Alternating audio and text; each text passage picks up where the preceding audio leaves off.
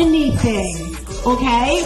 And at that moment, I knew my life had changed forever. Hello, how you doing? Yes. Can we all just stand up really quick because we've been sitting for a minute? Can we all stand up, move our legs around? I am Tina. Otherwise... Meet Tina, stars Tina Wilson, a beacon of hope and transformation for women over 40.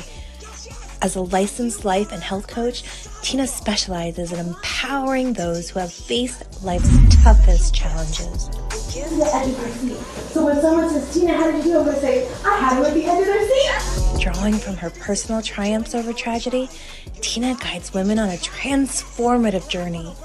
Her unique approach is grounded in the 5 pillars of transformation: mindset, heart set, nutrition, fitness, and resilience.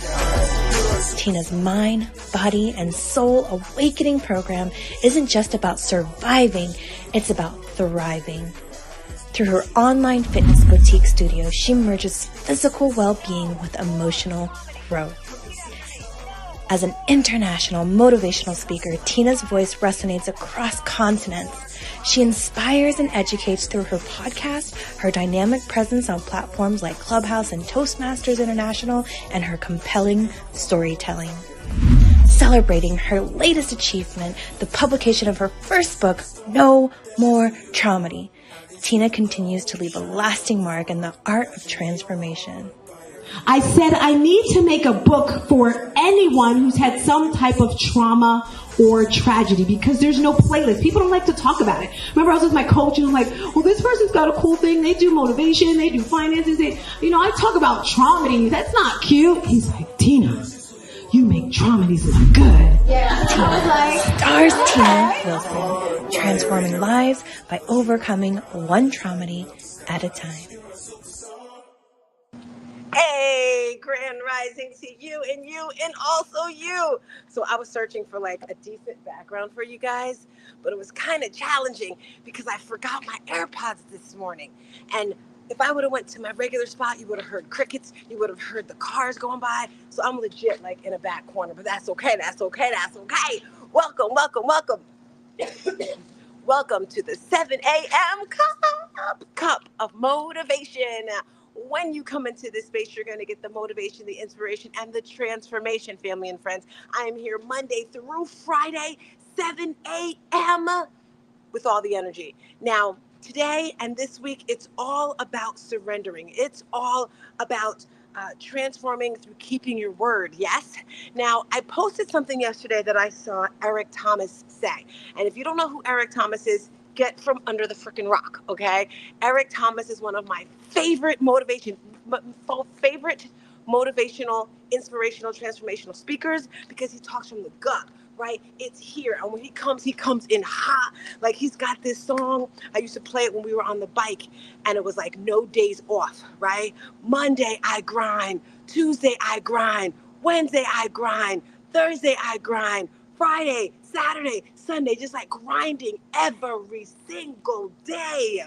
Okay, my friends, if you want to live the life of your dreams, you gotta grind every day. And I'm not saying you gotta like sweat and just like, but be intentional about everything you do, everything you want. If you truly want something, at least this works for me, I make a plan and I make sure that I get it done. Right? So motivation, inspiration, transformation. And there was that was the post he put, like, oh, this is what I want to share. So he was saying it's super easy to show up, right? When you slept well, when your honey gave you cuddle bunnies the night before, when you had that nice healthy meal, right? When you got your hair done, when you get your everything. It's easy to show up, right? It's easy. But unfortunately, we don't have those easy days every single day, but you still must show up for yourself. You still must show up for yourself. And he gave a challenge. He says, the next 3 times you don't feel like showing up, the next 3 times you don't feel like doing something, challenge yourself to do it anyway, right? I'm right here, and there's like these beautiful white rocks. on the ground. And I want to be that solid rock. I want to be that rock that when I go out into the world, it's just a ripple effect of wonderfulness, making changes, making everyone great, making everything great. Everyone I surround, I want big, solid boulders of rocks. Yes, yes, yes. Again, I want to thank every single person who came out to our event. A couple weeks ago, we had a health and wellness expo in Rahway, New Jersey. It was absolutely amazing. The children loved it, loved it, loved it, loved it. So many things happening. As you know, we're at the end of the quarter. We have 3 more months left. Hi, Mommy. I love that. See, that is what you call a ritual. Even though she doesn't come to class anymore, that's okay. Because, you know, we have an online fitness boutique studio every morning at 6 o'clock. We're pumping the iron. We're going. We're just in it. We miss you in class, Mommy. We would love to see you. Carla and Teresa and Renee, you're pushing. I love it. If you're looking for a community, right, and you need that extra energy, join us in the mornings to get fit. So I like to begin with our Bible verse of the week. Mommy, what's a Bible verse of the week? Tap it in. Come on. I want you guys to join in this conversation. We've been doing this every day. The Bible verse, it's a Jeremiah something, a Jeremiah. For I know, you know, like if you back up something, oh, it does look a little better to read when I back up. For I know the plans I have for you. God knows. He knows the plans for us. We don't know them. We just kind of like try to do our own thing, but you can't do that. I declare, Renee, come through and read it. All right, I'm happy to. I love this. For I know the plans I have for you, declares the Lord, plans to prosper you and not harm you, plans to give you hope and a future. And that's Jeremiah 29:11. Thank you very much, Renee. So I've got this little download that just came, Renee, that moving forward, you're going to be a part of the Bible verse of the week. We're just pulling you into this part of the segment of the show. That's just what God is saying to me, right? There you go. And for me today, read it one more time for me, please. For I know the plans I have for you, declares the Lord, plans to prosper you and to not harm you, plans to give you hope and a future. Jeremiah 29:11. You know what I think is so wild? Sometimes it may feel as if things aren't going good and it's like, why so hard, right? But they might have to be hard. Pastor Jeff said something that just really awakened me. You know, I was saying how it felt like the devil he couldn't get to me, and so he was getting to my loved ones and like doing all this bad stuff. And he's like, you know, sometimes we give the devil just too much credit. Like, hello, you're not all that devil, all right? Stop giving him the credit, right? And he said that could be God giving us strength. Because if you think about it, think of a diamond, right? And I started working with diamonds lately, so I know the difference between like a natural diamond and a lab created diamond, right? That natural diamond starts out ugly and dark, and it's the pressure, it's the toughness that makes it so beautiful, right? And I don't know if you guys know anything about lab created diamonds. A lab created diamond, what they do is they take a little piece of a natural diamond. Now, a natural diamond has these little dark spots in it because it's not perfect, right? If it's there too long, it won't crystallize all the way. If it's there not long enough, you know, all those sorts of things. So what they do is they take a little piece of the natural diamond, the original one, right? Because you have the clarity. I was all in it, Renee, this week. I was just like, ooh, trying to figure out what type of ring I want, you know, because my baby daddy is going to be getting me. It's going to be, I don't know who he is yet, but anyway, what they do is they take a little piece of the diamond and they put it in like a microwave, and then they add more coal, not coal, I forgot what it was. I said coal, but it's something else, but they put more in it to like pressure it. So what happens naturally in the earth, they do in this microwave. So it takes about 2 weeks to make like a little dot to a 2 carat. Right. So when you're looking at rings, yeah, I was looking. So if you're looking at a ring and if it looks too perfect, it's probably created in a lab. So you can have like a 1 carat diamond that's natural for like $3,000. But then, but then you can have a 5 carat or a 10 carat formed in a lab for the same price, because the quality of it, right? That's why in life, I believe that God, what is my point of this whole thing, guys? God has created us with imperfections to push through. And when we have those hard times, when we have those, feel the muscle up, right? By the way, it's looking good. All right. Thank you for that. Question of the day. Give us question of the day while you're here. The question of the day. is if you had to create a catchy motto about keeping your word, what would it be? You see, I'm every happy question of the to. week, she's making it around your word because we're all talking about keeping your word. All right, a catchy phrase you said? Yes.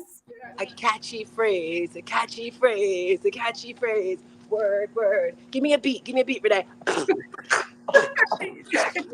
Give me a beat, Renee. Come on, come on. I'm Tap the laughing deck, at my response. tap the deck. Give me some beat, give me a beat now. Come on.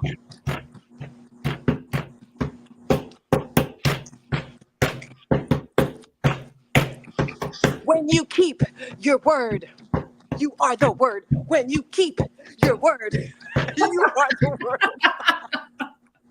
All right, that was off the top of my head. If anyone thinks they can do better, come on in. Come on in. I challenge you. I challenge you.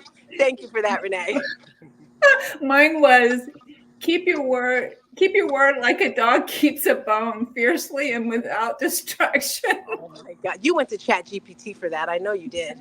You went to my boyfriend. You went to my I boyfriend did. Chat GPT. Okay. Thank you, Renee, for pulling through. All right, family and friends. So all week, we have been talking about how to keep your word. Put the title up there for those, Renee, that did not see what we've been talking about all week.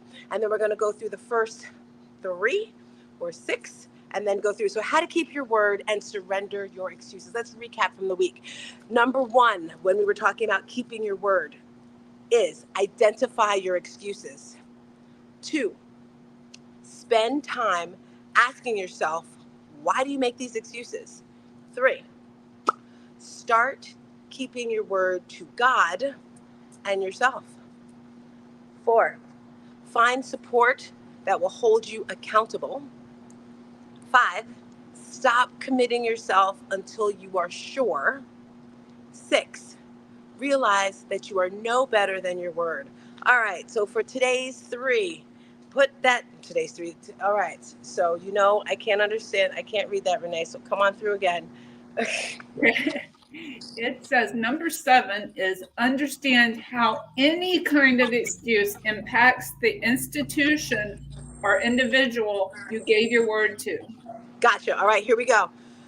Any excuse. And what I have to say with this, it may be a valid excuse. I don't want to say excuse, it may be a valid reason, but it's still an excuse, okay? The fact that my son was murdered 8 years ago is a fact, right? That is a truth. The fact that I will probably have some sad moments for the rest of my life is a fact, yes.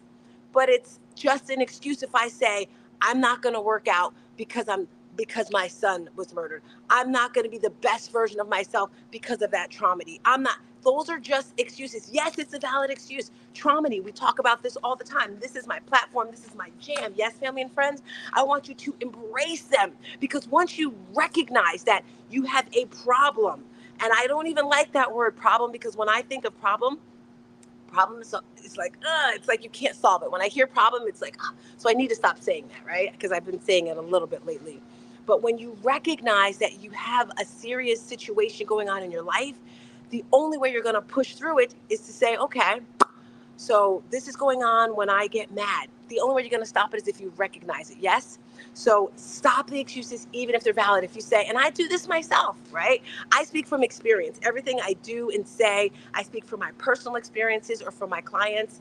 And at least once a month, sometimes once a week, I get super emotional.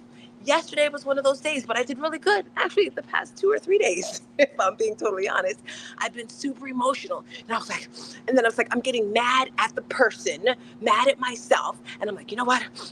I'm just going to go get French fries from McDonald's. I never go to McDonald's. I'm going to get French fries. I'm going to get ice cream. I'm going to do all this stuff. I'm like getting mad. And I'm like, girl, hold up. Wait a minute. Is that going to fuel your body? Is that truly going to make you feel good? Maybe for the first 5 seconds, okay, maybe 15, 30 seconds.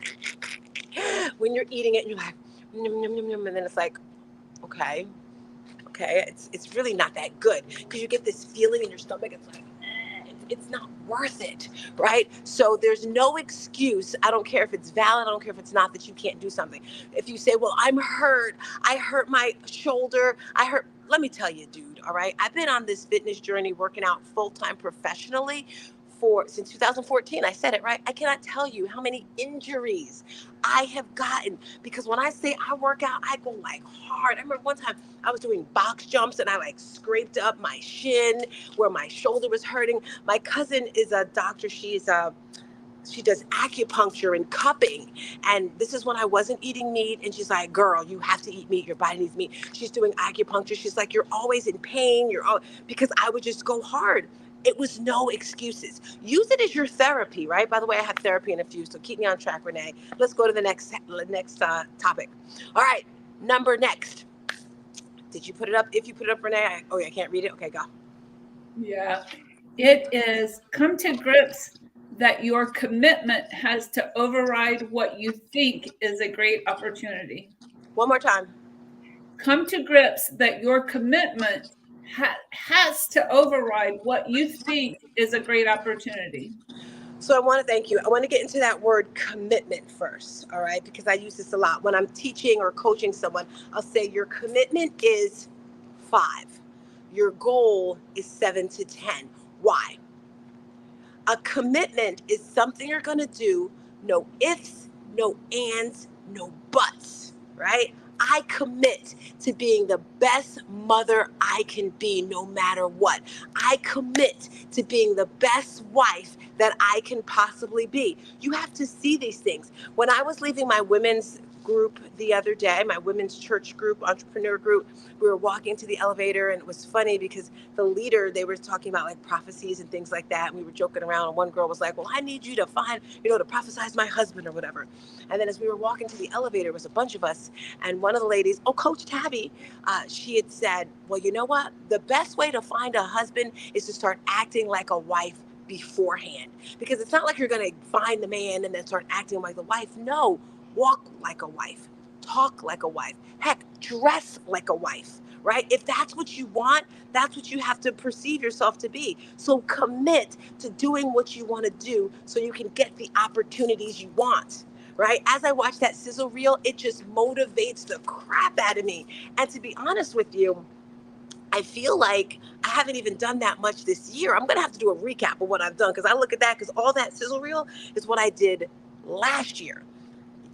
Winning the Toastmasters, or maybe that was, I can't remember. But anyway, just keeping your word, keeping your commitment to what you're going to do so the doors can open, right? There are so many doors open. I'll be in Jersey again next week because what?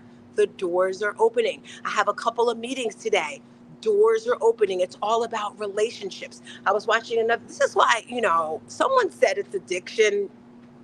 But it's okay, all right? Because I'm a little addicted to Instagram, just a little bit. But this woman, or maybe it was Pharrell, I don't know, was talking about collaborations, right? The importance of having collaborations is I don't know about you, but I want to be around strong, powerful people, right? And if you're not that strong and powerful, it's okay. You can still be in a group. You can still be a part of the tribe. But when you have those strong, powerful people, you have to allow them to be great, to shine. Maybe you step back a bit and say, go ahead, so you can learn, so they can inspire, all those great things. And all the wonderful people I met at my event, the vendors, right? The activity people, I'm partnering with them, and I'm just so excited about what we're gonna build. First of all, we're cooking it. We're cooking it. You ever all right, let's talk about fast food and regular cooking, right? Because if you think about Thanksgiving or Christmas, I don't know about you, but my grandmother would start cooking like weeks before by shopping for the food. She'd make the can sandwich, she'll get her coupons, get all the food together.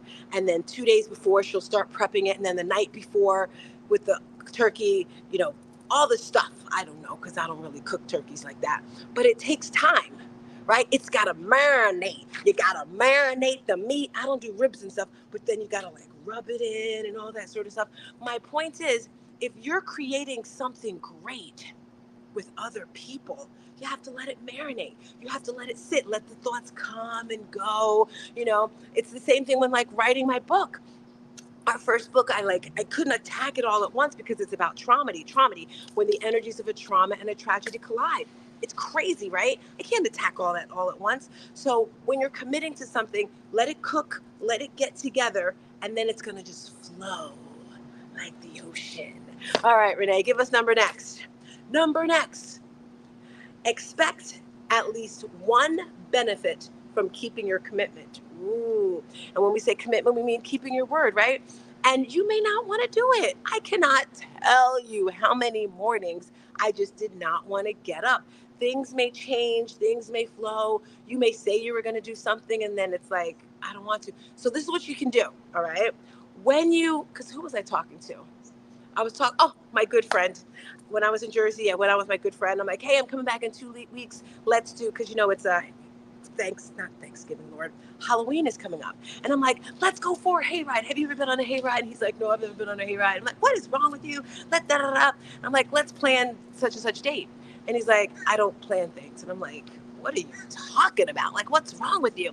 And I think the reason why is because he doesn't want to have to say no when in case that happens. So this is what I said. Okay, let's tentatively make a plan, right?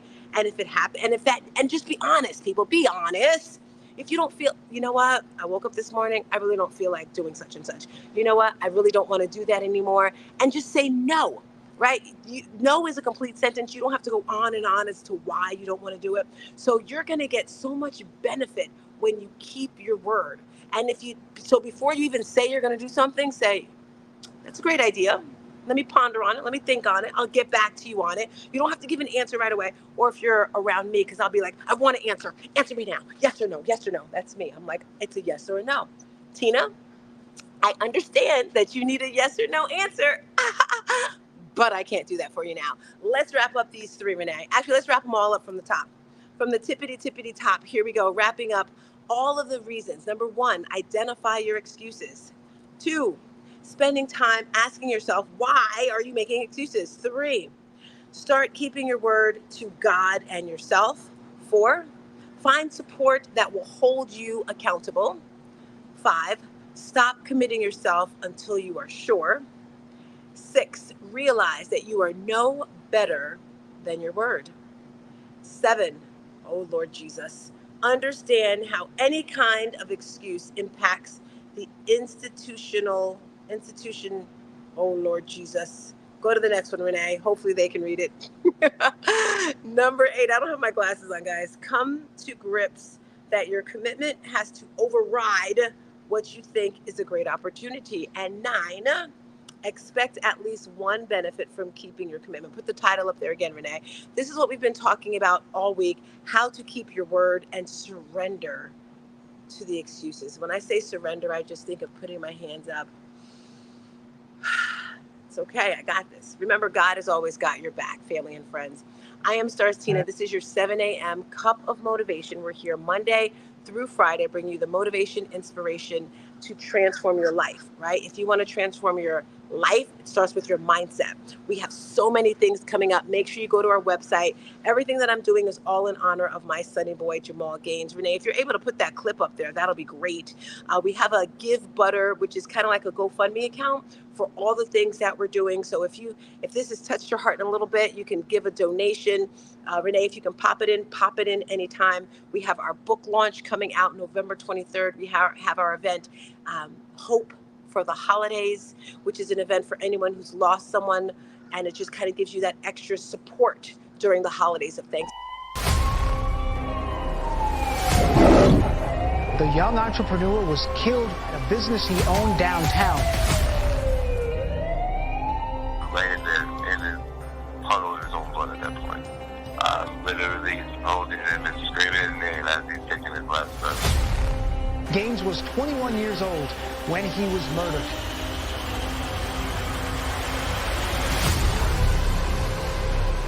And the Emmy goes to The Tape Room, Jamal Mally Gaines. What's going on with my son? Like, I'm sorry, your son is dead.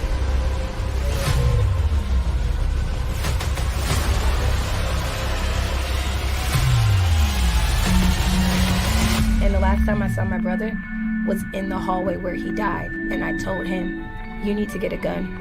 You need to have more protection.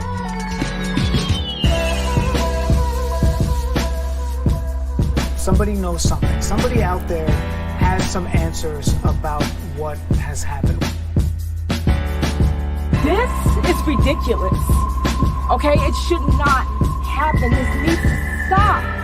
Young black man with a business.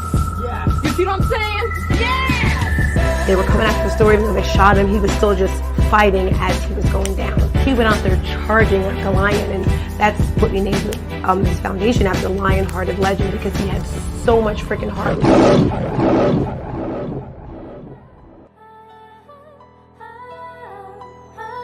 Greatness attracts hate and jealousy and envy and greed. Yes. When what it should attract is motivation. Because that's what Marley did for me. He motivated me.